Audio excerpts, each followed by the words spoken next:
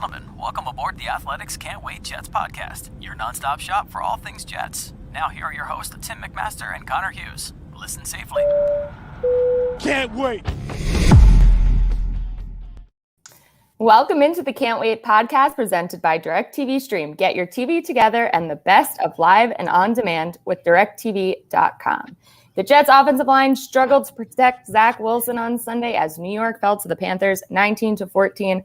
I'm Marissa Morris, joined as always by the Athletics Jets beat writer Connor Hughes. We will discuss the offensive line, Zach Wilson's performance, and the positive signs on defense. But first, you may be wondering, where is Can't Wait co-host Tim McMaster? We have some very Connor. I'm just kidding. Of course, I had this whole introduction plan. Okay, let me continue. We're off to a roaring start. This is perfect. This is exactly how the show goes. Well, we have some very exciting news. Thursday night, right before kickoff to the 2021 NFL season, Tim and his wife, Mandy, welcome to the world a sweet baby girl, Ailey Saren McMaster. Connor, we officially have a pod baby. We have a pod baby. It's been amazing. We've got it's kind of crazy how this all started, where we were, we didn't know. Well, we knew each other from like 17 different degrees of separation, but I didn't know Tim. I didn't actually know you. And now if you think about how far this thing's come and what we're starting our third year or so, and we've had a pod wedding that we were all at. We've had another pod wedding that's coming up that we're all going to be at. We now have a pod baby. It's been, I don't know, the Can't Wait podcast is growing up. It's kind of cool. I don't know. I like it. That's a hell of an open, by the way. I was kind of hoping you'd go up with like the Mike and the Mad Dog, like screaming "Good afternoon, everybody!" But this I thought worked too. I was like thinking about doing like your style introduction and giving the time, but I went my own way. So we're very excited for Tim and Mandy, and Tim will obviously be taking some much deserved time off. And Connor and I will do our best to hold down the fort together and not get into too many fights with each other. So Connor, we have to kick this podcast off. There's only one place to start, and that's with the offensive line. It was the biggest story of Sunday. So what was your evaluation of the performance against the Panthers? Yeah, so this is the thing, and I don't know if I have a rant coming. I never actually know if it's coming or not. But like watching that it was horrible. It was awful. It was a disaster. At times, it was pathetic. And listening to Connor McGovern after the game talk about how I forgot to tweet this out there. Just live podcasting right here. My first hosting gig, and you're I'm sitting there. I'm like waiting for your plays. I know Tim's plays. Like I know Tim's keys, like to pick up right when he's going. So I'm like, all right, Tim's going to go for at least like 10 seconds now. So I'm playing off of you now. So it's a little. All right, we'll be fine. We'll be fine I got my stats here. All right. Oh, you're good. You're good. No, we're tweeted now. Now we're good. Okay. We're good now with the tweet. So what I was going to say is that what Connor McGovern said after the game, which was basically that they weren't doing anything exotic. He said that what they were doing was actually more vanilla and more basic than what they did last year. Going back and watching the game over and watching the film, they basically created the vast majority of their pressure with stunts, which was the exact same things that teams created copious amounts of pressure on the Jets in 2019 and 2020. They couldn't block it then. They've got a new blocking scheme now, a new coach now, a new offensive line coach now, a new offensive coordinator now, new pieces on the offensive line, some coming back that are supposed to be improved in this scheme, and they still can't block it. And I sat there, not mouth aghast, because anyone who saw a minute of training camp saw this coming. But it was still nevertheless pathetic. It was still nevertheless disheartening. It was still nevertheless concerning, because when you saw Wilson have to be peeled off the ground in the fourth quarter by his teammates, the Jets' most prized possession, the Jets' most important player, the Jets' hope, help me, Obi-Wan, you're our final hope. Their final hope, their Obi-Wan, laying on the turf on his back like this with his head down, and having to have the two offensive linemen who got destroyed and resulted in Wilson's head ricocheting off the turf have to peel him up was like, what the hell? I mean, it really was a what the hell. And I know, like, I went out to dinner after the game with Samini and with Andy and with Daryl and Rich, and Rich wrote a story on this, just kind of taking a different stance, which was, it's not time to panic on the offensive line yet, which is what Rich and I were actually debating at dinner. It was like, he said, it's not time to panic yet. It's not time to panic yet. And I said to him, and I'll say the same thing to everyone right now, I would be completely in agreement with that stance. I would be completely all for that stance if we had watched an offensive line find success throughout OTAs, throughout minicamp, throughout training camp. I would be absolutely fine and completely in agreement with that if we saw flashes of competence from this offensive line at some point this summer, to be able to say, you know what, you're right. This is the first time all these guys are coming together. This is the first time they're game planning. This is the first time you're hyped up. Yeah, things went wrong, miscommunication. They'll be able to solve it up. The Jets, from when OTAs began to when training camp wrapped up on August 26th, I believe it was, they couldn't block their own defense. The Jets couldn't block the Packers' defense. The Jets couldn't block the Eagles' defense. This Jets offensive line, throughout all of this summer, allowed 4 to 6 sacks a practice. I have covered training camps since 2014. I have never seen an offensive line beaten like a drum like this throughout the summer. And that's why I and many others asked Saleh in OTAs if he's concerned about the line, asked him in minicamp if he's concerned about the line, asked him after practices against the Packers and after practices against the Eagles and after practices against his own damn team if he's concerned about the offensive line. And we were told, don't worry. We were told, it's fine. We were told, we're going to scheme. It's fine. We're going to scheme this. Once we're game planning, it'll be perfectly fine. It was, oh no, don't worry. We're going to start running the ball and calling screens, and that's going to alleviate pressure on the offensive line. No. And we were told, oh, we're running drills where the defense knows that it's about to be all a bunch of pass plays. So they're just teeing off and getting to the quarterback. Don't worry. Come the regular season, all is going to be fine. Nothing to see here. It's perfectly okay. It turns out scheme planning, game planning, and screen passes aren't some magic elixir to fix an offensive line that for 3 months couldn't block you or me off of the edge. And that's a fact. So what you now have is an offensive line that allowed their rookie quarterback to get hit 10 times, to get sacked 6 times, to get pressured on 50% of his dropbacks, and come off of, this is supposed to be a new era. This is supposed to be a time when you're excited to be a Jets fan. And you've got your rookie quarterback who has bags under his eyes, looking like he just got put through the ringer, standing at the post-game press conference, talking about how he suffered whiplash. He has a neck strain, and it feels like he got hit by a truck. What the hell? Like, I'm serious. This kid, if this doesn't dramatically improve, this kid's not making it through 17 games. This kid's not making it to the bye week, let alone the end of the season. And what I don't understand, what I don't totally grasp is Joe Douglas came in here on his introductory press conference and said he was going to fix the offensive line. And this is an offensive line that is completely built in his vision. And this isn't bargain buying. George Fant was a big ticket free agent. The Jets chose to pursue him over Jack Conklin. They paid him $9 million last year. They paid him $9 million this year. Connor McGovern got a 3-year, $27 million deal. That's big money for a center. They chose to go after him. They chose to pay him. Greg Van Roten, not a huge ticket, but he's somebody that the Jets invested in and then gave the starting job last year, gave the starting job this year. Mekhi Becton is a first-round pick, a top 15 pick. Elijah Vera Tucker is a top 15 pick himself, a rookie this year, missed camp, but still a top 15 pick. And that group collectively built in the vision of a general manager that has said it is his sole job to build this on the offensive and defensive line, allowed 6 sacks, 10 hits, countless hurries, and pressure on 50% of their rookie quarterbacks' dropbacks, to the point where in the fourth quarter, he had to be peeled off the turf like a bug off of my windshield. That's what happened in this opener. And I'm sorry. Yeah, can it get better? You sure as hell hope. But I am concerned, because I am not concerned off of this being some isolated incident, because this is not an isolated incident. This is what we saw every single day in training camp.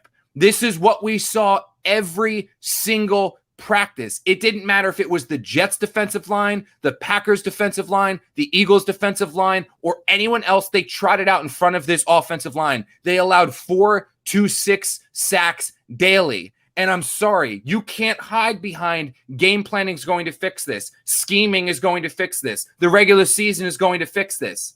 Because if you saw what the vanilla Panthers defense, by the Jets' own admission, the vanilla Panthers defense did on Sunday, what do you think Bill Belichick's going to do? What do you think Bradley Chubb and Von Miller are going to do? It's bad.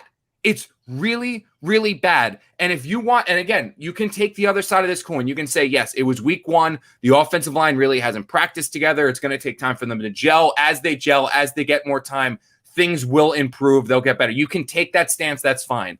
I struggle, and I cannot take that stance because I watched the team and this isn't me patting myself on the shoulder. This is just me telling you, as someone who saw this team every single day of the summer, what you saw on Sunday is what I saw every single day in the summer. So why suddenly with a practice on Wednesday, a practice on Thursday, and a practice on Friday, how are 3 days going to fix that?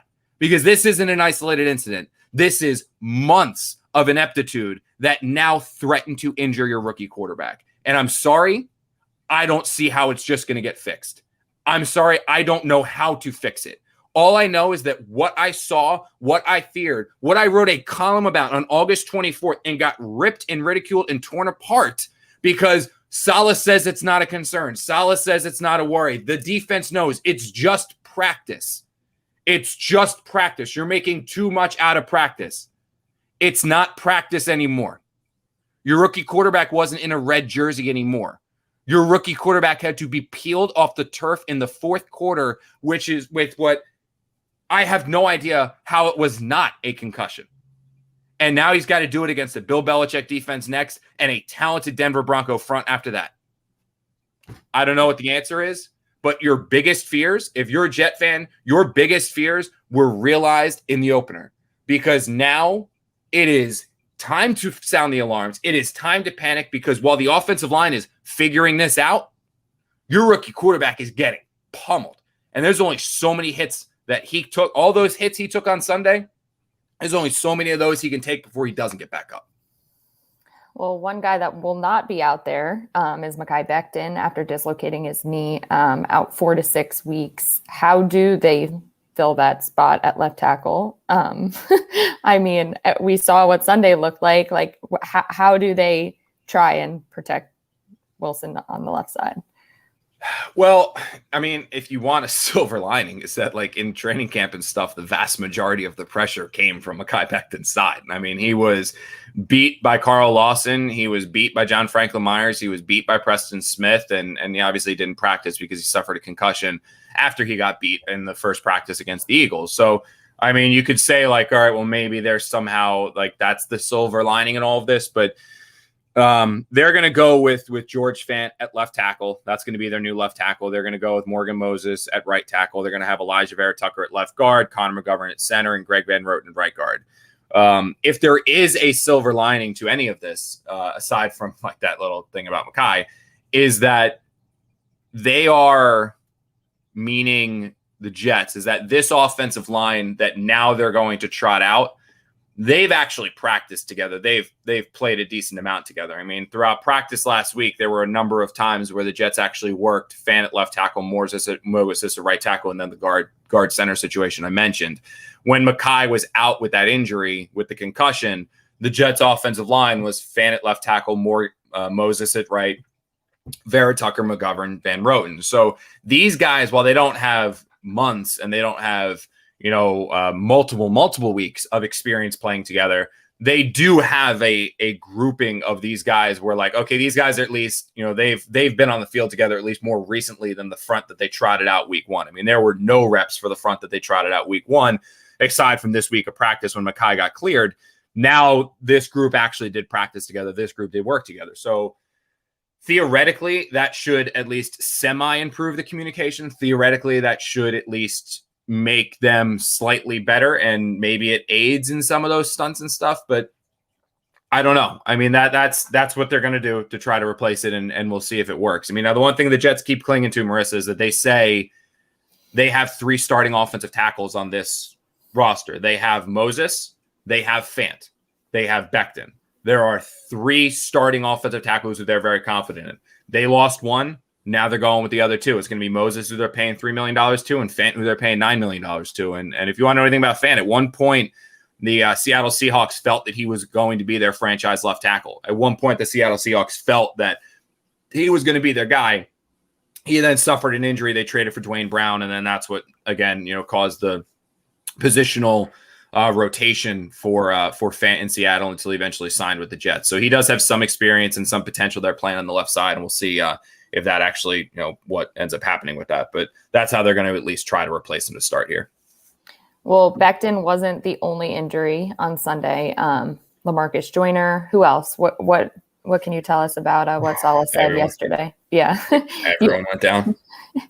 Yeah. So the Becton injury was what was reported. It was a dislocated kneecap. Now, what was lost a little bit in translation, which Saleh confirmed, is that he's out a minimum of 4 to 6 weeks. So that's what Becton's out. So he had a dislocated kneecap. It's not fully torn like the he will have surgery though, correct? Well, no. So that's the thing, is that So he's out a minimum of 4 to 6 weeks because of the dislocated kneecap that then popped back in. He's going for a second opinion. If the second opinion determines that he needs surgery to clean up whatever these various other things are, if he needs the surgery, then it's going to be longer, Saleh said. So it's 4 to 6 weeks minimum. If he goes for this second opinion and the second opinion says you need surgery, then he's going to be out longer than the 4 to 6 weeks. The bigger issue, I think, even with that, whether he's missing 4 to 6 weeks or 6 to 8 weeks or whatever the time frame ends up being, it's that this is a big man. So this is a big man who has in the past struggled with weight ballooning when he's not routinely focusing on keeping his weight down and routinely working out and routinely burning calories. When he's not allowed to do anything because it's a knee injury, he's basically got to sit down for 4 weeks and then eventually start getting his feet back up. There's going to be conditioning that he has to catch up with. There's going to be football shape that he has to catch up with. And that's going to take some additional time. So this isn't like maybe a receiver. This isn't like a tight end. This isn't like a corner who can more quickly acclimate. Not only does Mekhi have to get healthy and healed, but then he has to get back in shape to be able to go and perform and block and protect Zach Wilson's blind side. And when, again, he's going to be back inserted, and all of a sudden we're going to have the whole communication issues that we've had now, because now the communication that this core Jets offensive line, assuming they don't have any more injuries, the communication that these 5 guys work to get over the next 4 to 6 weeks, where they finally get that communication where they can talk without saying anything.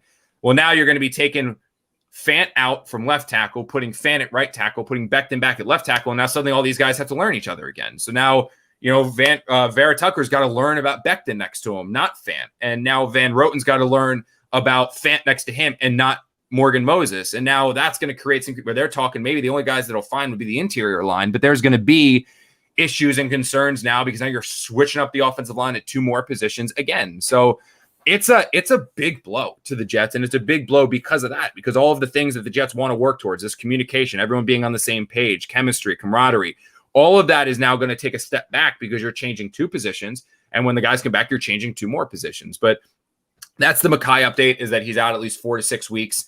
It'll be longer if this second opinion determines that he needs surgery. The other guy that was a big blow to this team was Lamarcus Joyner, their safety. Obviously, he's somebody who had a very strong start to training camp, was somebody that the Jets prioritized signing. We're really excited to get him back in a free safety role as opposed to the nickelback that the Raiders played, because, again, he was basically a Pro Bowl player when he was with the Rams playing safety. Raiders made him a nickelback for whatever. Now Jets are like, no, go back to safety. You and Marcus May are going to lead our back end and help these young guys. He tore his triceps, which means that he's out for the season. So that's a big blow to the Jets, especially because Ashton Davis is still a couple weeks away from returning. And even when we're talking about Mekhi Becton with getting back in football shape, Ashton Davis hasn't practiced since like November of last year. So, I mean, he's going to take him a little bit, but now they're going into Sheldrick Redwine, maybe Colbert. I mean, I don't know what they're going to do with that other safety spot other than no matter what they do, it's not going to be good. Like that's a fact. So Lamarcus Joyner, he's out for the season with the triceps injury. The Jets' 2 linebackers, Jamie Sherwood and Blake Cashman. Sherwood has a knee issue. Blake Cashman has a hamstring issue. They're out. Salah said a couple of weeks with those ailments, which obviously is also not good because the Jets are already without Jared Davis. So that middle linebacker spot, that Mike linebacker spot, it was supposed to be Jared Davis. Jared Davis is now out, right? So you're like, okay, Sherwood's in. Sherwood's now out, so Cashman goes in, right? No, now Cashman's out. So now you got Delshon Phillips, a guy who was on their practice squad, as their starting inside linebacker. And I know he had 9 tackles last week, but it's like it's not good there either. So the Jets, there's some problems. This team didn't just limp out of they didn't just lose on Sunday. They didn't come out there beaten. They came out there bruised. And the other one obviously is Braden Mann, who has a sprained knee, and he is out 4 to 6 weeks as well. So I mean, it's not as Salah said when we talked to him on Monday. Bodies are coming. They're gonna have to sign some people and add some people because they don't have the numbers on their practice squad to add guys. They don't have. I mean, they need a punter now. Lachlan Edwards would be a name that I would keep an eye on. He's a free agent. He's somebody that obviously has familiarity with this team. He's somebody who has familiarity holding, catching like Thomas Hennessy kicks for field goals. Obviously, he's a decent enough punter where he could hold down the fort, and he's probably still relatively close to being in the area. So Lachlan's a name I would look in there. They're going to have to add a punter. As good as Matt Amendola look, they need a punter. And then obviously they're going to have to add bodies in that secondary. They're going to have to add bodies at linebacker. That's going to be tryout guys because they just got to find people. All right. Well, this podcast has been a little negative so far. So let's turn some things around. You were pretty impressed with Zach Wilson's performance. 20 for 37, 258 yards, 2 touchdowns, 1 interception. How do you evaluate his first game despite being sacked 6 times? So here's the thing, and Marissa, and this is kind of what we've said a lot on this podcast, and anyone who's asked me, even in passing, like they've seen me, actually a lot of people in Charlotte, but there were a ton of Jet fans there. Yeah, it's not flex. There were more Jet. there were more Jet fans in Charlotte. Yeah. Actually, I flew home. It's a little aside. This is like, I know the comment section. He's such an egotistical prick. Like, I know I'm going to get this. So serious for 22 minutes. Like, we've had a straight football talk for 22 minutes. I'm on the plane home. I'm on the flight home, and I'm sitting down, and I had to write a story that's actually running today. I write the post game column, and then today runs or Monday on home games, Tuesday on road games, runs the X additional thoughts, which is basically just like unloading your head. That's great. That is actually amazing. So yes, I was in traffic court yesterday, and that person saw me. That is, we got a comment for our audio listeners. We got a comment in the YouTube chat that said they saw Connor in traffic court. And if you listen back to a few podcasts ago, for free. That's amazing. If you listen back to a few podcasts ago, Connor was not doing, not being safe while driving and had to appear in virtual traffic court. But okay, continue about your flight home. Oh my God, so that's amazing. So I was flying home, and I was starting to write this story, kind of tap around on the story or whatever. And the guy, I guess, who was sitting next to me was reading over my shoulder, and he goes, "Do you write for us?" And I was like, "Us?" I was like, "Who the hell are you talking?" I was like, "Do you work for The Athletic?" I was like, "What?" He goes, "I'm a Jets fan." He goes, "What's your name?" Now, obviously, I have my hat. It's an airplane, so you have a hat and your mask on. I was like, "Oh, my name's Connor." He goes, "Hughes? I was just reading your tweet about Mosley." I was like, "Oh my God." So it was like, people like that, they'll ask you, "What do you think of Zach? What do you think of Zach?" So anyone, even friends and family who have asked me, "What do you think about Zach Wilson? What do you think about Zach Wilson? How's the rookie look?" That kind of thing. You meet somebody on the golf course. What do you think about Zach Wilson? I've told them the same thing. And I genuinely believe this. Zach Wilson, the Jets handed Zach Wilson the starting job. There was no competition. There was no, Mike White never pushed them. I know they I think technically Salah said he has to earn it, but the guy got literally every single first team rep from rookie mini camp throughout training camp. Every day the guy was getting stuff, getting the first team reps. So while he was just handed the job, there was also, it didn't matter if the Jets signed a veteran. It didn't matter if there was another person here, if they kept Sam Darnold. It didn't matter if there was Nick Foles here. It didn't matter any of that stuff. Chase Daniel, Robert Griffin, Andy Dalton. Zach Wilson would have been this team's starting quarterback because Zach Wilson showed he's deserving of being a starting quarterback. He captivated his teammates, why he was named captain. He excited the coaching staff with his work ethic and the fact that no one could ever outwork. I mean, no one in that building outworked him. His mentality invigorated a lot of people because you saw how much he wanted it, the film junkiness, the way that, he'll go eat with the offensive linemen one day, the defensive backs the next day, the tight ends one day, then he's with the linebackers. Like he did everything right off the field, and then he did everything on the field where you'd see the throws, you'd see the laser, you'd see the accuracy, you'd see a little bit of the escapability, although they were scripted practices, but then you got a chance to see it with the pass that he threw to Corey Davis in the preseason. You saw a little bit of that improbability.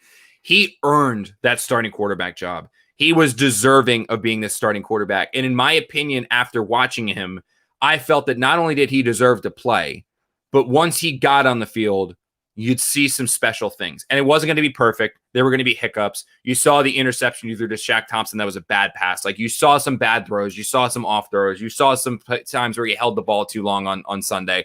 But you were going to see special.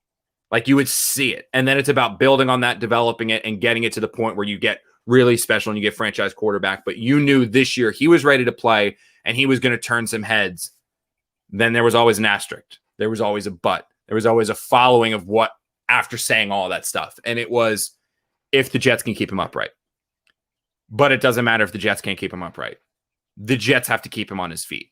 Because my concern with Zach was never Zach. I never had to worry about his inability to play.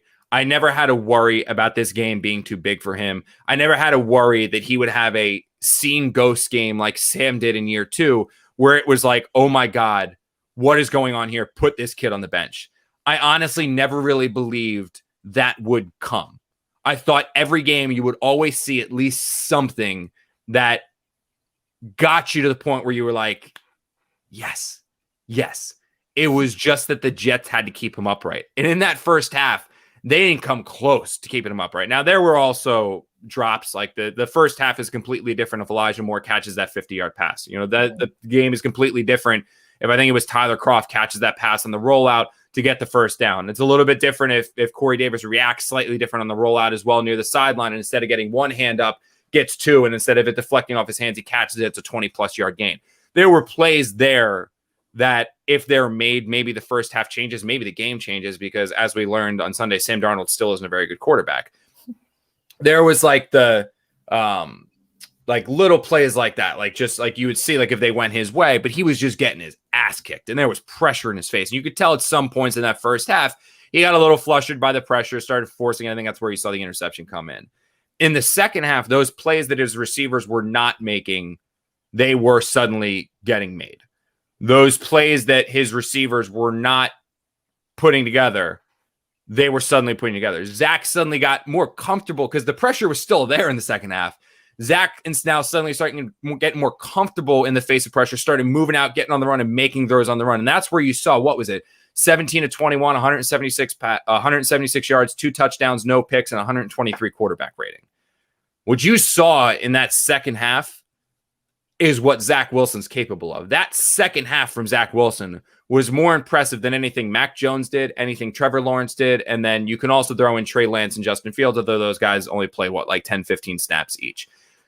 I came away as confident in my assessment of Zach Wilson after Sunday as I have at any point this summer, because I came away saying, this kid can play.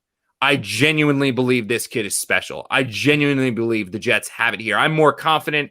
I think Zach Wilson showed me more yesterday in that second half than Sam Darnold showed throughout 4 quarters at any point in his Jets career. And everyone will go back to, well, look how Sam looked in that opener against the Lions, right? That pick 6 was nasty. There were some other plays in that game where it was like, oh, that was rookie, that was rookie, that was rookie. You can talk about the Cowboy game. Sam was awful at the second half of that Cowboy game. In fact, the Cowboys almost came back when the Jets had their foot on their throat. And there was that, I think it was an interception he threw right in the red zone where it was like, oh my God. And it kept the Cowboys in the game when the Jets could have slammed the door shut the coffin.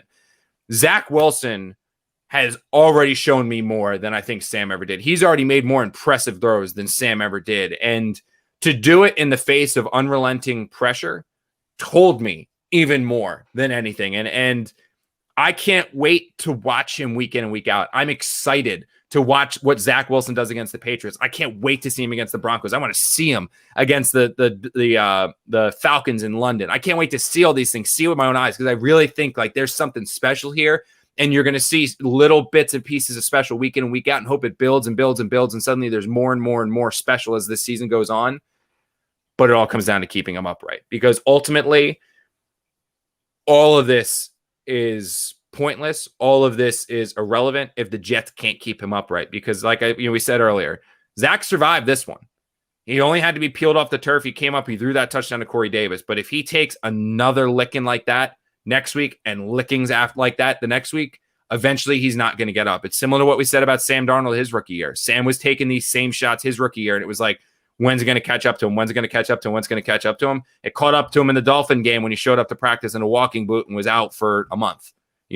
Like that happens. Like it takes a toll on you if you can't protect your quarterback. There's only so many hits like that the human body can take. And the Jets play some talented defensive lines this year. So as long as Zach Wilson's upright, as long as Zach Wilson has some time to throw, as long as Zach Wilson is getting clobbered every other play, we saw on Sunday, Zach Wilson can play. But the Jets got to keep him upright. All right, well, we have a few more things to get to in the offense. We'll talk about the run game and Elijah Moore, and then we'll also switch over to the defense and some more positive signs. But first, a message from our sponsors. Growing up, cereal was one of the best parts about being a kid, but we had to give it up because we realized it was full of sugar and junk that you really shouldn't eat. Until Magic Spoon came along. In Magic Spoon, there are 0 grams of sugar, 13 to 14 grams of protein, and only 4 net grams of carbs in each serving, and only 140 calories a serving. It's keto-friendly, gluten-free, grain-free, soy-free, and low-carb. And you could build your very own box. Available flavors to build your own custom bundle include cocoa, fruity, frosted, peanut butter, blueberry, cinnamon, cookies and cream, and maple waffle. And yes, cookies and cream and maple waffle are here to stay. So go to magicspoon.com/wait to grab a custom bundle of cereal and try it today. And be sure to use our promo code WAIT at checkout to save $5 off your order. And Magic Spoon is so confident in their product, it's backed with a 100% happiness guarantee. So if you don't like it for any reason, they'll refund your money, no questions asked. Remember, get your next delicious bowl of guilt-free cereal at magicspoon.com/wait and use the code WAIT to save $5 off. Thanks to Magic Spoon for sponsoring this episode. It's the 20th anniversary of September 11th, which means college freshmen weren't even alive then. And with our busy lives and the 24-hour news cycle, the country is in danger of forgetting 9/11. That's why I'm excited to tell you about a podcast called 20 for 20 that's telling 20 heroic stories about September 11th for the 20th anniversary. It's hosted by a firefighter named Niels Jorgensen, who got leukemia from cleaning up Ground Zero. And I've got to tell you, the storytelling is so powerful. They tell the story of Steven Siller running 2 miles through a closed tunnel with 60 pounds of gear on his back and giving up his life to save others, and a group of 5 civilians who saved over 50 people. To check out these incredible stories, go to 20for20podcast.com, or you can find 20 for 20 wherever you get your podcasts. All right, Connor. So I know no one ever wants to hear about your fantasy team and everything, but I had a lot of issues at running back. So I ended up starting Ty Johnson. And boy, fantasy. I was like, we didn't talk about this. No. This is all personal. So, I lost Gus Edwards, and then Zach Moss didn't play for the Bills. So I was like, all right, Ty Johnson, my chirp, I'm starting him. Connor said he's been all good. Could be running back 1. We'll see. But man, was that running game rough. As a team, 17 carries, 45 yards, averaging 2.6 yards.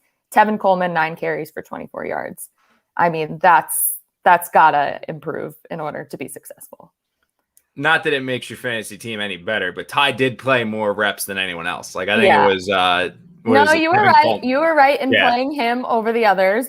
But Yeah, it was not like the slowest fast person, like really on that Someone one, or commented the fastest Ty slow Johnson, person, I should say. Marissa must be in a 16 league. I have had so many injuries on my running back position. So yeah, I was really like hoping my Terp would carry. I believe in him. We'll see, but man, the running game was rough on Sunday. Yeah, it wasn't. I think that's what. And when we talked to Saleh yesterday, so we talked to him on Monday, the day after the game for the conference call, and that's the one thing I said to him, because in training camp, the one thing, like the offensive line struggles, like from the pass blocking perspective, that was foreseen going into this one, because like I said, the Jets couldn't pass block anyone in camp. But the one thing the Jets could do, no matter who they faced, was run block. Like genuinely, they could do that. It was 4 or 5 times a practice they were able to pop a legitimate run, whether it was Coleman, Johnson, or Carter, and even Pirine as well. They popped them against their own defense. They popped them against the Packers. They popped a couple against the Eagles. And that was when they lost a handful of guys and Greg Van Roten was getting veteran rest days. So like they were able to run block, and they were able to run block in the preseason. They were able to run back in training. Like that was the one, take your hat off and hang it there, because you can do that. So to see this line struggle as much as they did run blocking, that to me was I would say puzzling as opposed to alarming, because they can run block. Like that's the thing that this group can do. That's what they're made to do. Like Becton, say what you will about his pass protection skills, he can run block. Connor McGovern can run block. Van Roten, Vera Tucker, they can run block. Fant as well is really good at getting out of the move, and he's fast, athletic, former basketball player. He can get out and run and pull and run block as well. So to see that struggle was off. And Saleh, again, he's the optimist, and it's getting a little annoying that like it's always like, oh no, we're not worried. I'm an optimist. I'm an optimist. Like, okay, fine, you're an optimist. I get it, but you also almost killed your rookie quarterback. So we can talk honestly for a second. Like, no, forget the optimism. Let's just talk honestly. Like that's what I don't care about, optimism, pessimism. Honestly, that's what I'm looking for. Honesty. And he was as close to honest as I've ever heard him say, because he said, paraphrasing slightly, but it was, I'm not alarmed. It was almost like I'm not mad, I'm disappointed. It was that. It was I'm not alarmed, I'm not worried, but it was disappointing, because he said they had a great week in practice. And when they went back and they watched the film, what they saw were running backs that were taking the wrong lanes, guys who weren't helping with their double team blocks, guys who weren't chipping when they were supposed to chip. It was like all these little mental errors. These mental errors that the Jets did not make in training camp, that they didn't make in the preseason, they didn't make in the practices leading up to this game against the Panthers. They made them, and they made them over and over and over again, and it led to, you read off the numbers, a yard per carry average of 2.4? But the whole thing is that 9 of those yards came on one rush from Tevin Coleman. 12 of those yards came from one rush of Ty Johnson. If you remove those 2 rushes, 45 yards total. Yeah. The Jets averaged. So remove those 2, remove those 12 and the 9. The Jets averaged 1.6 a carry. Rough. Like, that's awful. That's not like that. You can just like fall forward. These guys are 5'11". Isn't like you can just fall forward and it's 2 yards. And they were like 1.6. Like, that was bad. And I know some of them were like exemplified. I think there was like a negative 3. There was several negative rushes, like one where they were trying to get stretch plays, but like the run game is supposed to be the bread and butter of this offense. This is supposed to be, like I said, what you can hang your hat on and say, maybe we get pressure. Maybe we're not going to score a lot of points. Maybe we don't get the tight end involved. Maybe Elijah Moore doesn't start like we want. Maybe Corey Davis struggles with some drops. But what we know we can do is that no matter who we face, we're going to be able to run the ball. We're at least going to be able to average 4 a carry. We know we're going to be able to do it. We'll have some big ones. We'll have some low ones, but we'll know we're going to settle at least 4 a carry. And to settle at 2.4 and 1.6, if you remove those 2 rushes, that's bad. Like, that's really bad. And I think that's going to be a heavy point of emphasis. And I think what was troubling is not to repeat myself. And I know I'm going to hear about this, he rambles, he repeats himself, blah, blah, blah. But that is what they could do in camp. It wasn't like pass blocking where they couldn't pass block anyone in camp. They could run block in camp, and they got to this game and it was brutal. This was as bad as I saw it at any point the last 2 years. Honestly, like this was as bad of a blocking performance as I saw in 2019 or 2020 when the offensive line was a complete disaster. Yikes. Okay. All right. So one more thing with the offense we have to get to. It was a quiet day for Elijah Moore, 1 reception, 4 targets. Is there any reason to be concerned? We've talked a lot about Elijah Moore on this podcast.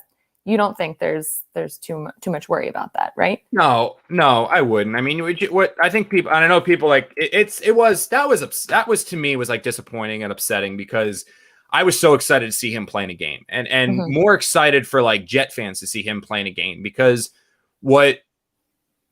Jet fans didn't have the luxury that reporters did of seeing every single practice. So they didn't get to see what Moore accomplished in OTAs and minicamp. They didn't get to see what he accomplished very early in training camp, aside from the 1 or 2 that were open to the public. And after he suffered that quad injury that sidelined him about a month, they didn't get to see him in a preseason game against the Giants, Packers, or Eagles, or even in those joint practices against the Packers or Eagles. So it was like, this was like his chance to show Jet fans, like, this is the excitement. Because I've said this, like, the Jets believe they got a superstar in their hands with this kid. And you know why if you saw him in practice. I mean, he can take the 5-yard pass and go 80. He can just go 80 going deep. He gets behind defense. He's electric. He's exciting. He's fun.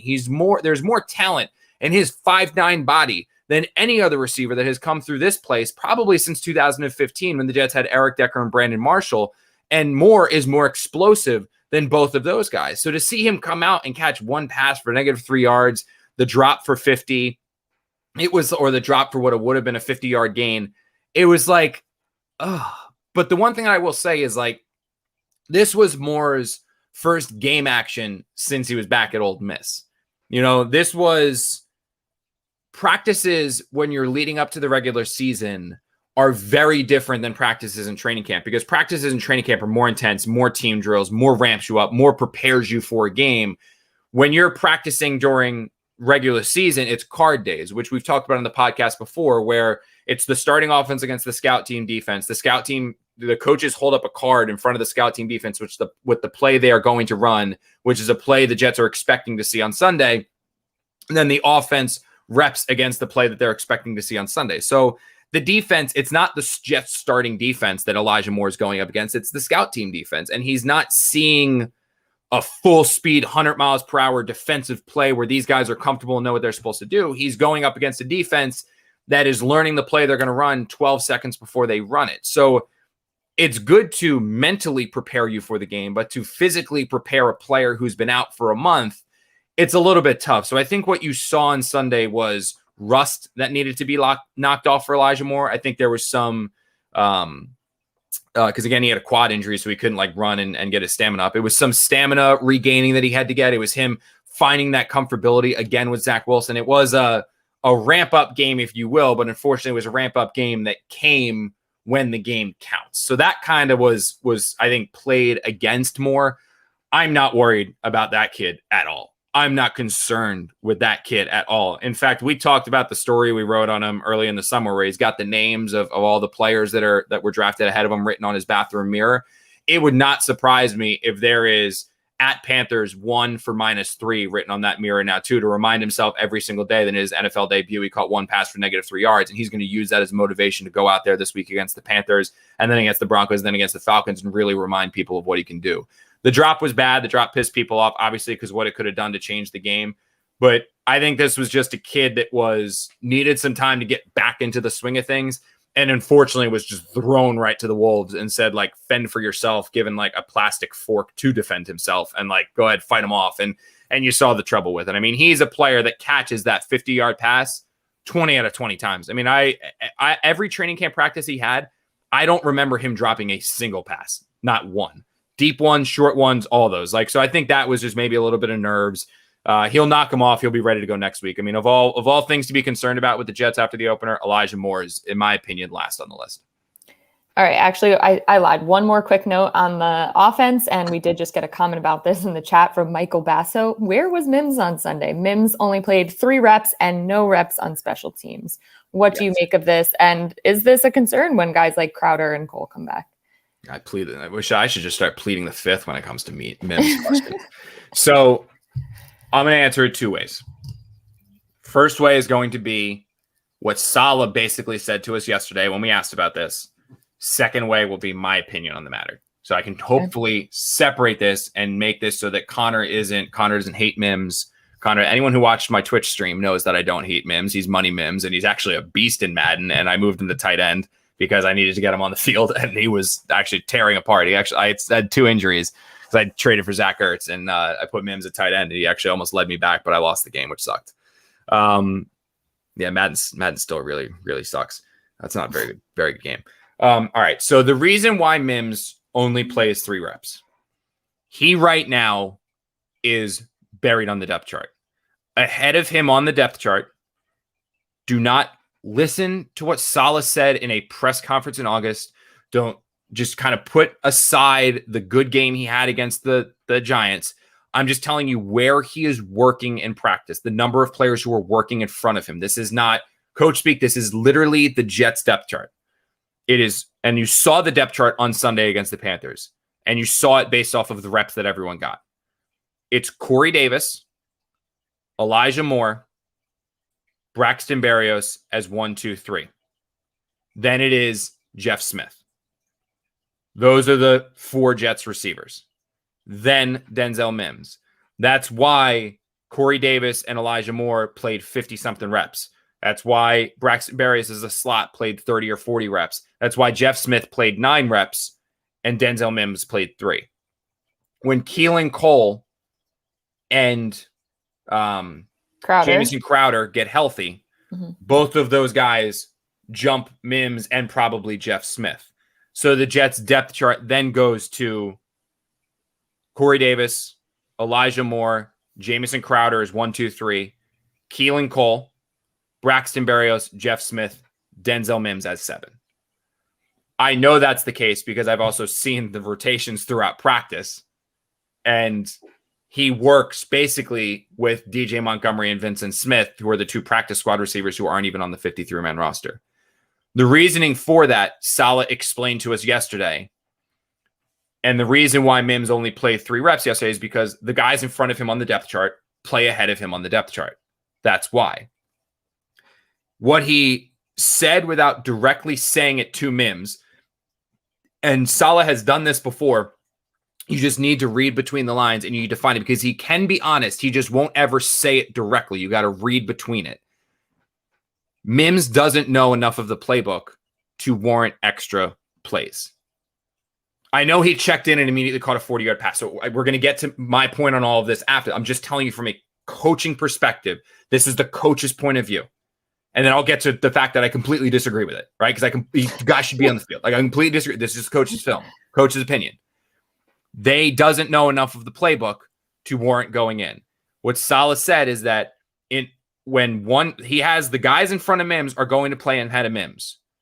In order for Mims to get reps, he needs to know the entire playbook so that when an X goes out, a Y goes out, or I think it was an F goes out, Mims can go in at any of those 3 positions.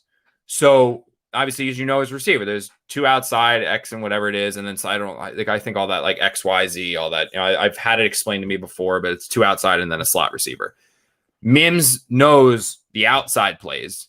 He does not know the slot plays. He doesn't know the other outside plays. He knows the play that he's supposed to know, and that's it. So if Elijah Moore goes down, Mims doesn't know enough to replace him. Mims only knows enough to replace Corey Davis. If Braxton or Jamison goes down, Denzel doesn't know enough to go in there to replace them. He only knows enough to replace Corey Davis. Again, this also goes into the scheme fit. He's not a great yak guy, not a great route runner. He's more of the linear player, right? So that's why the linear route running, that's why he fell in the depth chart to begin with. Now the fact that he doesn't know enough of the playbook is the reason why the Jets are playing other guys ahead of him, literally playing Jeff Smith ahead of the guy they drafted in the 2nd round last year. That is why Denzel Mims is only playing 3 reps a game. If you really want to dive into the snap counts, and this is just from experience of doing this as long as I have, Denzel Mims also played 0 reps on special teams. Mm-hmm. Why is that important? For this reason only. When Cole and Crowder get healthy, Crowder will be this week. Cole is the Jets are hopeful that Cole's back this week as well. Those 2 guys are automatically jumping probably Smith, definitely Mims on the depth chart. Like 100%. They're jumping him on the depth chart. That means that those 3 reps that Mims managed to get in there for, they're not going to him. They're going to be given to basically his reps, and Jeff Smith's reps are going to go to Cole and Crowder. Like Crowder's reps or Braxton Berrios' reps are going to go to Crowder. Jeff Smith's reps are going to go to Cole. Mims' reps are going to go to Jeff Smith. It just all goes down that list. If Mims cannot contribute on special teams, which he did not play special teams on Sunday, right? No special teams reps when he was the final receiver on the depth chart. So the final receiver on the depth chart on Sunday who played 0 special teams reps. The Jets are not going to keep active a 7th receiver, their number 7 receiver, who cannot play special teams. Those 6th string and 7th string guys on the depth chart, they have to be able to contribute on special teams, because you're not going to keep one of your 46 activations for a guy that is only going to play 3 or 0 reps on offense because of the other guys that are active. So Mims was active this week. If Crowder and Cole were healthy, Mims would have been inactive in week 1. He wouldn't have played. He would have been inactive. If Crowder and Cole are back this week, Mims is probably going to be inactive week 2. Like, that's where he falls right now. And I know Joe said during his end of training camp before season press conference how much, they're excited to develop him. And Saleh has spoken, he keeps getting better. He keeps getting better. The fact is that he is the 7th receiver on this depth chart who can only play one position, who can't play special teams. And the Jets are going to now, basically, I would be stunned if he is active if Cole and Crowder are healthy and ready to go. Right. That's why he only played 3 reps. I'm just saying that was just facts, Marissa. That's all that was. That was not my opinion. # facts. I got it. Yes. Yep. Facts. Now let's go to the other side of the fence. This is my opinion now. This is what I think. That's bullshit. All that's bullshit. Denzel Mims is not the best route runner. Correct. Denzel Mims has throughout training camp struggled immensely with drops. That is a fact. Denzel Mims only knows the one position. I don't know that for a fact, but if the coach is saying it, probably a fact, right? All good. Denzel Mims runs a 4.3 40. Can't coach that. Yeah. Denzel Mims has a legitimate talent at stretching the field and running linear routes. It's a fact. I've seen it, right? He has that skill set. Linear routes, 4.3 speed. My Alexa's going off in the other room, and it totally came to my ear. I don't know if my mic picked it up, but it totally I was like, why is she talking to herself? That's really weird. I'm the only one in the house because Bree's working. Like, this is a little freaky, but okay. So linear routes, he has a Alexa 4.3 speed, has a legitimate ability with those linear routes to get open deep down the field. And he has a Robbie Anderson tremendous ability that when the ball is in the air, he just tends to find it. Like, Robbie was so good at like that ball and deep shots. Robbie just had an ability to find that ball and get ball. Denzel Mims is very similar, but he's better than Robbie at making contested catches. We saw it last year against the Chargers and the Chiefs and all that stuff. He can get deep with his 4.3 speed. He can get deep because those are routes he's good at. And when the ball is in the air, he can high point it and get it and bring it down and make contested catches. What I thought would happen when I first saw Mims falling on the depth chart to Berrios and Keelan Cole and all those guys was I was like, okay, the Jets have their 4 receivers, their 2 outside guys, their slot. But LaFleur will still use Mims because Mims has a talent. He has a legitimate skill set. He was going to be a 2nd-round pick, whether the Jets drafted him or not. He'll use him to put him outside and just run the things he's good at and do the things he's good at and have packages designed for him. And the Jets will get on the ball in those ways. Like, he'll still play because, okay, fine. He's not, you don't want to start him because he doesn't know enough and he's not the perfect scheme fit, but he still has a skill set. Scheme fit or not, he still has a skill set that you can use that can make your team better. You'll use him that way.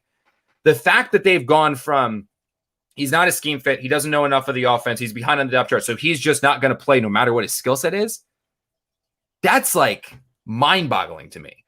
Because when the kid goes on the field and when the kid is asked to do what he is good at, no shit, he's good at it. Like, you saw him, his first play out there, he had a 40-yard gain down the left sideline. It was one of the most explosive plays the Jets had all day that wasn't a touchdown. Like, it was legit. Why not work him in to run those plays? Why not have him active? Don't ask him to do what Corey Davis does. Don't ask him to do what Elijah Moore does. Don't ask him to do what Jamison Crowder or Braxton Berrios or Jeff Smith does. Don't ask him to do those things. Don't put a square peg in a round hole. Put the square peg in the square peg hole. Like have Denzel Mims do what Denzel Mims does well. Have him run those routes. Throw him the ball when he's doing those things, because he's shown in spurts and spits last year when he wasn't hurt, and in little bits this game, like the one pass he caught, that he can stretch the field. He can get deep. He can make plays for this offense when he does what he's good at. So ask him to do what he's good at. Like that's what we're not talking about, a guy who straight up sucks. That's what I'm trying to say. Denzel Mims doesn't suck. Denzel Mims isn't great at certain things, but that's fine. There are players that are like that. Deshaun Jackson, the old Eagles receiver, then played for the Bucks, and forget who he played. Maybe just went Eagles to Bucks. I can't remember. Deshaun Jackson was never a great route runner. Deshaun Jackson was never somebody that was going to go over the middle for you. But Deshaun Jackson could take the top off a defense like no one else. And so what did the Eagles ask him to do? Take the top off the defense. What did the Bucks ask him to do? Take the top off the defense. And what happened? Deshaun Jackson made Pro Bowls by taking the top off of a defense and doing those things. Denzel Mims isn't Deshaun Jackson. He's not that kind of like, squirrely, just ridiculously fast player. He's a big body guy who runs a 4.3. So what he does well, have him do what he does well and let it help your offense. Not playing him, not using him at all except for 3 plays, like that doesn't make sense to me. And when I then see, like I said, he played only 3 special team snaps and Jeff Smith worked ahead of him, and knowing that Jamison Crowder and Keelan Cole are both working, the Jets are going to have this kid inactive. And it's mind-blowing to me. It really is. It does not make any sense, because while I can see why the Jets are not starting him, it makes no sense to me why he is not playing. Honestly, it doesn't. All right. Well, we still have to get to the defense. So we will take a quick break and we will get back with some more positive signs. And then we'll look ahead briefly to the Patriots. This podcast is brought to you by Directv Stream. Does this sound familiar? You've got one device that lets you catch the game live, another that lets you stream your favorite shows, you're watching sports highlights on your phone, and you've got your neighbor's best friend's login for the good stuff. Well, I want to tell you about a simple way to get all that entertainment you love without all the hassle. It's called Directv Stream, and it brings your live TV and on-demand favorites together like never before, so you can watch your favorite sports, movies, and shows all in one place. That means no more juggling remotes and no need to buy another device ever again. And the best part, there's no annual contract. So get rid of the clutter and the confusion and get your TV together with Directv Stream.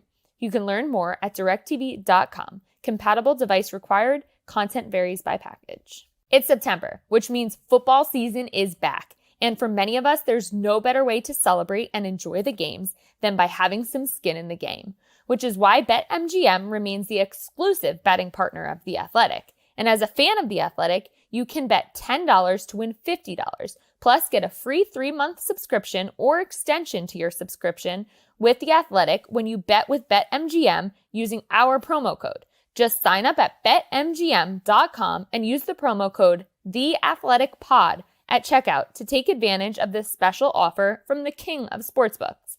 That's $10 to win $50 plus 3 months free from The Athletic at betmgm.com using the promo code TheAthleticPod at checkout. New customer offer. Visit betmgm.com for terms and conditions. 21 years of age or older to wager. Arizona, Colorado, Washington, D.C., Indiana, Iowa, Michigan, New Jersey, Nevada, Pennsylvania, Tennessee, Virginia, and West Virginia only. Excludes Michigan disassociated persons. Please gamble responsibly. Gambling problem? Call 1-800-NEXT-STEP in Arizona, 1-800-522-4700 in Colorado, Washington, D.C., Nevada, Wyoming, and Virginia, 1-800-270-7117 for confidential help in Michigan, 1-800-GAMBLER in Maryland, New Jersey, Pennsylvania, and West Virginia, 1-800-BETS-OFF in Iowa. Call or text the Tennessee Red Line 800-889-9789 in Tennessee, or call 1-800-9-WITH-IT in Indiana. All right, Connor, we talked a lot about the areas in which the offense needs to improve. The defense held up pretty well. Pretty good game. We really haven't talked about Sam Darnold that much. He really didn't look that great. John Franklin Myers had a good game, 1 sack, 2 tackles for loss, 1 QB hit. And the secondary held up pretty well too. I would definitely say this was a big positive of Sunday's loss. No, I mean, honestly, I hammered the over. Like I went into this game like I thought the Jets would lose, which I mean they did, but they get there's like a little well the line what would the line go off at? I think the line actually went off at 3.5. I liked it at 5.5. I liked it at 4.5. I liked it at 3.5. I just didn't think the Jets would win this game, but I thought it would be like the Jets score a lot of points and the Panthers drop like 40, and that doesn't mean because I think Sam Darnold's good because I don't. That doesn't mean because I think Robbie Anderson's a legitimate number one receiver. Because I don't. I just did not think this Jets secondary would be able to do anything against anybody, especially guys like Moore, who's a pretty good receiver, and and Robbie, who's going to be able to get deep, which he did, and then obviously how the hell are they going to stop Christian McCaffrey, that kind of a thing. Oh yeah. But this defense, if it wasn't Christian McCaffrey, and there are 31 other teams who haven't figured out how to slow that guy either, the Jets did a pretty good job. I mean, Sam, threw for like 234 yards in the first half and finished with 260 or 270 or something like that. I mean, it looked like he was going to throw for 400, 500 yards in that first half. And the Jets came out in the second half, give a ton of credit to Ulbrich and give a ton of credit to Saleh in the way that they were able to make those halftime adjustments, because suddenly in the second half, the pressure was all over Sam. The secondary tightened up. You could tell the pressure started to get to Sam because he missed some wide open throws that could have blown this game out of the water. He missed them because he was feeling pressure. He had the happy feet. They shut down. Well, they didn't shut him down, but they contained McCaffrey a hell of a lot better in that second half than they did in that first. And I legitimately felt like this defense was going to come in here in Carolina and allow 35 or allow 40. I thought that the over-under was 42. I think it went off at 42.5. I thought there was a chance the Panthers cleared that themselves just because I didn't see how this Jets defense without Carl Lawson was going to stop them. What you learned is that John Franklin Myers is a beast. And if I'm the Jets and I'm Joe Douglas, I'll be completely honest with you. I'm talking contract extension with the guy now, because what you can pay him now and get him back with is going to be a hell of a lot different than what you're going to pay and get him back with at the end of this year. I can tell you that right now, because John Franklin Myers at the end of this season, if this season keeps going like this, he's going to be the guy that everyone wants. I mean, he's gone from playing in like a 34, he was coming along in LA, had the good Super Bowl, was coming along. Went to the Jets, was playing in like that 34 scheme that Gase and Greg Williams wanted to run because they had the personnel. Didn't really get a chance to shine too much. Had a good season last year, but not really shine. Now he's in this 43 defensive front. He's that defensive end on first and second down, then kicks inside to play defensive tackle on third down. He's playing that Justin Tuck, Brandon Graham type role. And you saw on his sack and his quarterback hits, he is too quick and elusive for offensive guards to handle, that he's able to force his way into the backfield. It would not surprise me if this guy ends the season with a team high 8, 9, maybe even 10 sacks. Like, I'll be honest with you, that's the kind of mismatch problem that he creates. And it helps when you got Quinnen Williams next to you. Like, that genuinely does help. And for the Jets to have him get going, have Quinnen get a bad first half, but he got a couple quarterback hits in the second half as well. For the Jets to create that pressure on Sam, then have the secondary step up in a big way. Again, I know that some of the players were open in the secondary. They were. Like, there were opportunities. Sam missed a touchdown throw to the tight end in the first half that changes this game.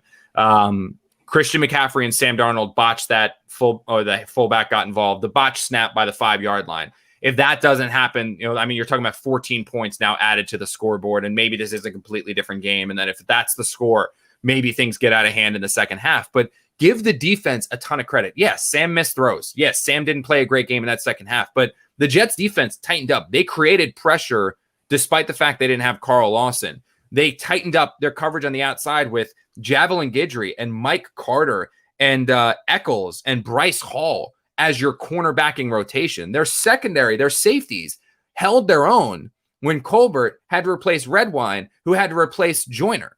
Like, so the Jets, not only were the Jets not only was the Jets defense undermanned and not all that talented going into this game, they then lost a ton of players and were having to play with guys that were on the practice squad and came here days ago, and they still managed to keep that Panther team in check. I mean, the Panthers had 16 points at the end of the first half? They had 3 in the third and fourth quarters. Sam Darnold threw for like 50 yards in the third and fourth quarters. Robbie Anderson caught the 57-yard touchdown, yes, but that was the only pass he caught all day.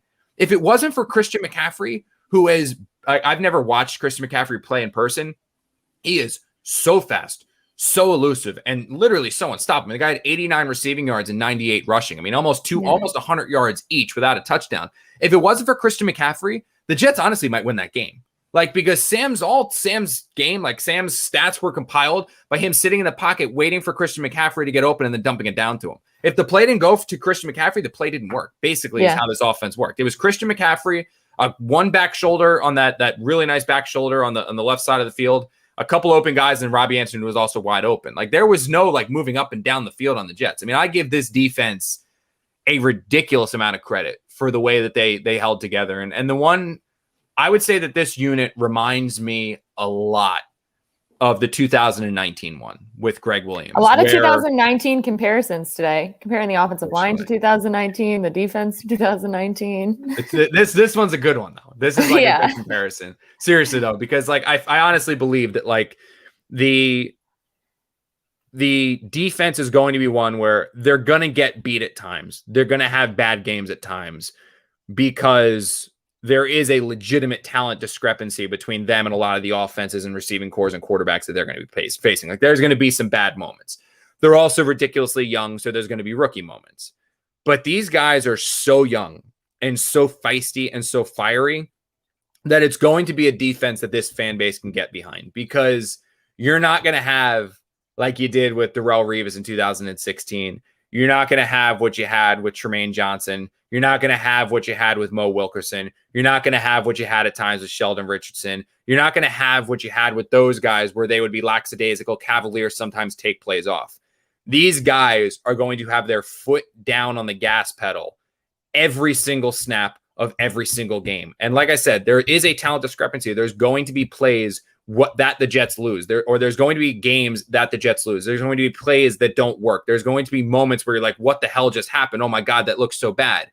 But every single play of every single game, they are going to be going 100 miles an hour. They're going to be putting their effort. And if teams do, like CJ Mosley said, if teams do sleep on the Jets, if they expect to just come in here and just, put 50 up on this defense without even trying, it's not going to happen, because a lot of times effort can trump talent. It's not going to completely do it, but effort can mitigate some of the gap between talent and no talent. And the Jets, Guidry, Eccles, Pinnock, when he gets on the field, you're going to see it from the linebackers. You're going to see it from Franklin Myers, Quinnen Williams, Ward when he's out there, Lawson when he's out there. These guys, they're going to go out there and play their asses off. And and this fan base, you're going to like watching this defense play if what we saw on Sunday is we're going to see the rest of the way.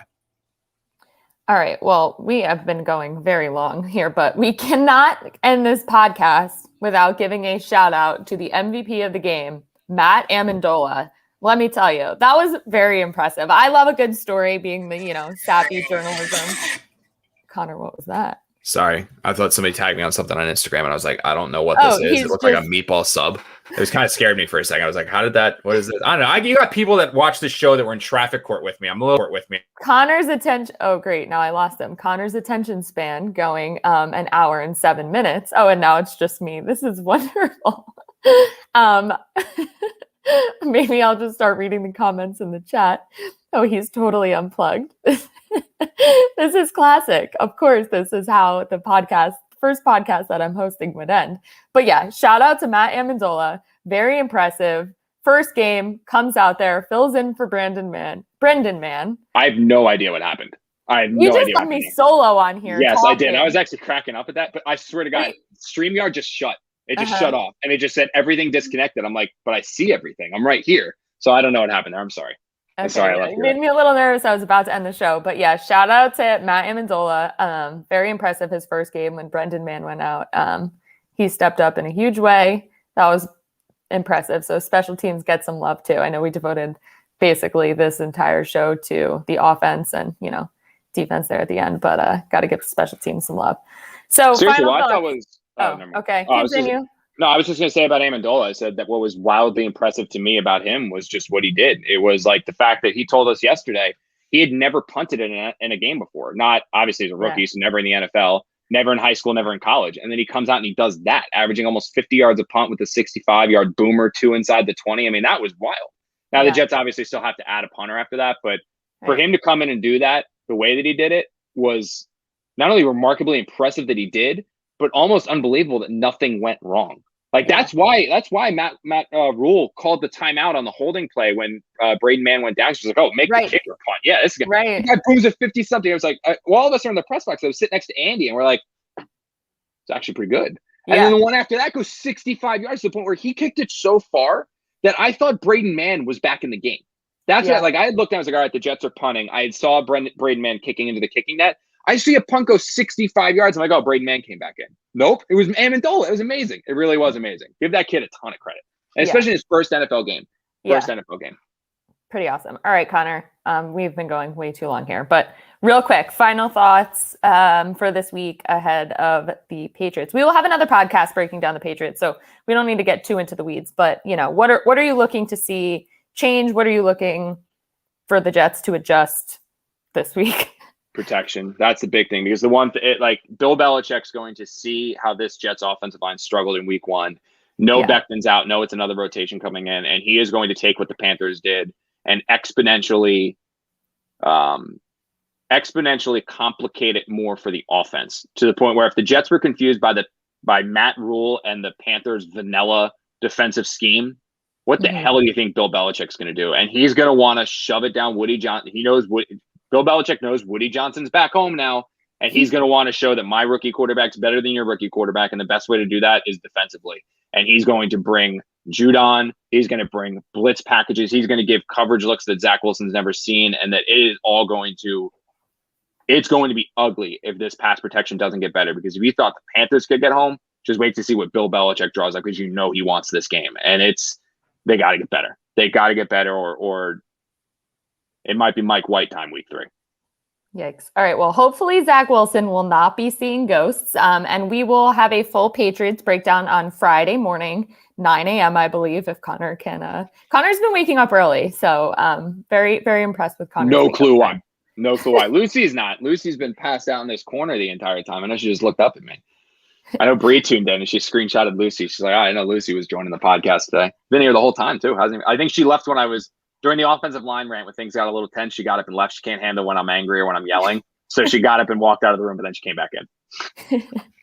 All right. Well, thank you all for listening and joining us today. If you do not have an Athletic subscription, it's still 50% off. Go to theathletic.com/can'twait and make sure you are subscribing, liking, commenting. What? I was going to say, yeah, when you're done this, just don't close that right away. I was going to say, sorry, continue. I was trying to do my outro there, and Connor just keeps, All right, I'll just say it now. What would you like to say, You did a Connor? great job. You did a great Thank job you. hosting your first one. That's what I was going to say. I was going to be nice. You. It was like, for your first time ever hosting, I know how nervous you were and how worried you were about filling Tim's big shoes. Mm-hmm. You did an excellent job. You brought the stats, you brought the information, you kept me in check, you kept me in line. You survived a hiccup where I just disappeared.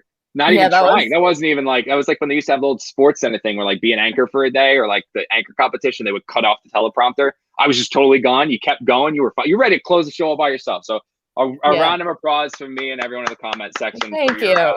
You make it very easy, awesome. Connor. You make it very, very easy to work with. A lot of good information as always. Much easier than Bo ever would. I love all my podcasts the same. They like to set me up to, compliment Birds with Friends only, but I'm very, very fair with all of my shows. So Connor will have a lot more this week. So be sure you're checking out The Athletic for all of that, and tune in on Friday morning for a full Patriots breakdown. Thank you so much for listening, and have a good rest of the day, everybody.